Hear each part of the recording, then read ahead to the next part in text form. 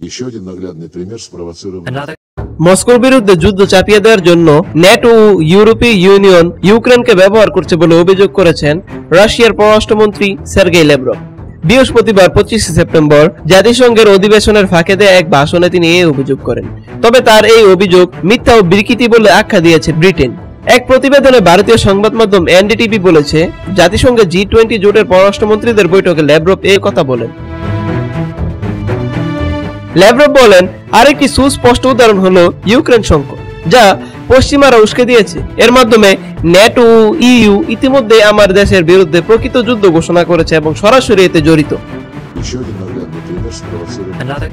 ল্যাভরভের আগেও একই ধরনের মন্তব্য করেছেন, তবে জাতিসংঘ ভবনের ভেতরে G20 দেশগুলোর পররাষ্ট্রমন্ত্রীদের সামনে তার এই বক্তব্য এর গুরুত্বকে আরো স্পষ্ট করেছে। তিনি রাশিয়ার পূর্বের অবস্থান পুনরাবৃত্তি করে বলেন, ইউক্রেনের যুদ্ধের জন্য দায়ী পশ্চিমাদের কর্মকাণ্ড। যুদ্ধ শুরু হয় 2022 সালের ফেব্রুয়ারিতে, যখন মস্কোর সেনারা পূর্ণাঙ্গ আগ্রাসন চালায়।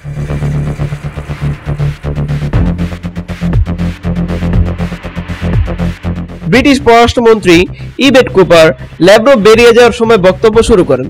তিনি রাশিয়ার অযৌক্তিক আগ্রাসী যুদ্ধের নিন্দা করে বলেন, যুদ্ধের কারণে রাশিয়ার প্রতিনিধির মিথ্যা কল্পকাহিনী, বিভ্রান্তি আর প্রোপাগান্ডা কারো বিশ্বাসযোগ্য বলে মনে হবে না।